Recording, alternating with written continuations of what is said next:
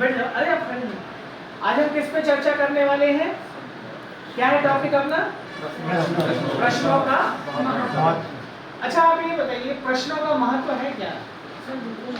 कैसे महत्व है? हम बच्चों को पढ़ा रहे हैं, हाँ। कोई चीज़ समझा रहे हैं और बच्चों को कितना समझ में आएगा, हम उनसे प्रश्न पूछें कैसे पूछेंगे। अच्छा, मतलब प्रश्न पूछने से उसकी प्रगति का क्या चलता है पता चलता है।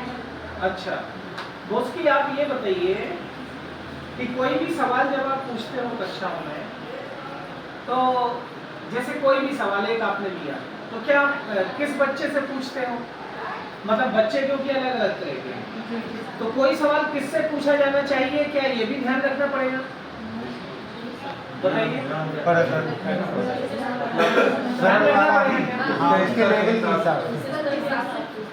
स्तर के हिसाब से।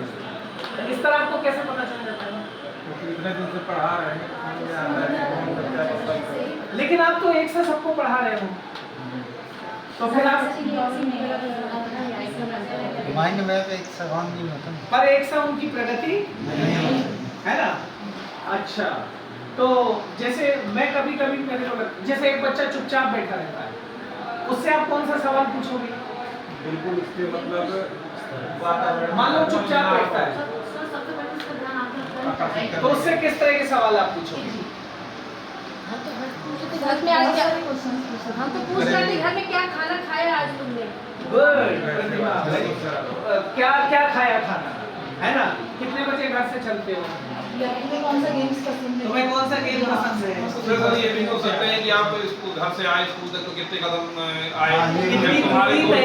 दोस्त का घर कितनी दूरी में है, उससे ये भी हो जाएगा कि वो अपने से जुड़ जाएगा वो बच्चा कि आज ये दूर है स्कूल और हमारे दोस्त का घर पास में है, तो या दूर तुम पास भी जाने कटनी में गए थे पापा के साथ घूमने, तो कटनी कितने किलोमीटर है? तो तुम अच्छा तो आप बताओ जरा कितने किलोमीटर है? भदौरा से कटनी कितने किलोमीटर है? 14 किलोमीटर है। अच्छा, और अगर इसको सेंटीमीटर में बदल दें तो कितने सेंटीमीटर है?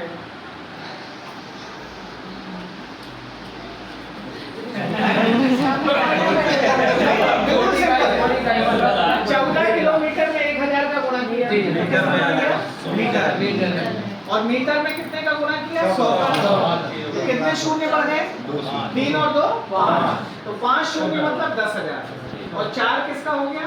लाख, और 1 क्या हो गया? 10 लाख, मतलब 14 लाख सेंटीमीटर, है ना? बहुत सिंपल है। अपन क्या उससे तुरंत वो हो जाते हैं, क्या रे कठिन है ये?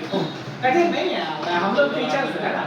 अब बच्चों देखो, अब जब मैं आपको ऐसे कैलकुलेशन करा रहा हूँ, ऐसे क्यों कैलकुलेशन करा रहा हूँ आपसे बताइए, इससे क्या फायदा होगा? जैसे मैं मौखिक कई कैलकुलेशन आपको करने को कह रहा हूँ, तो गणित के क्वेश्चन है क्या कुछ? उसमें क्या क्या क्वेश्चन है गणित के? आप गणित को बोलते हो अमूर्त, मूर्त और पहले आप मूर्त से शुरू करते हो और कहाँ जाते हो? अमूर्त का मतलब क्या है? कि बच्चा बिना कॉपी पेन के चीजों को समझ जाए, बता दे। जैसे ये कमरा है भाई, इसमें आप ये बताओ 100 बोरे गेहूं रख जाएगा क्या? बताओ, रख जाएगा। कैसे अंदाजा लगा लिया? सोशल साइंस से कि गणित से? काहे से लगाया? गणित से, क्योंकि आपको एक बोरा रखने की जगह मालूम है, तो आपने अंदाजा लगाया, ऐसे देखा और बता दिया है, तो ये अनुमान अपन लगा रहे ना, है ना? तो अच्छा, ऐसे तो आपने अभी जो सवाल किया, ठीक है, हम उस पर फिर आते हैं। उसमें क्या सवाल था, कोई बताए? पढ़िए जरा, आप पढ़ दीजिए सामने।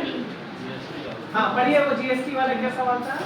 एक वस्तु की कीमत जीएसटी सहित 8% सहित 864 रुपए है, हाँ। तथा उसे 1000 रुपए में बेच दिया, तो उसका वास्तविक मूल्य और लाभ ज्ञात करो। अच्छा आप ये बताइए, केवल ज्ञान हो आपको तो क्या ये सवाल हल हो जाएगा?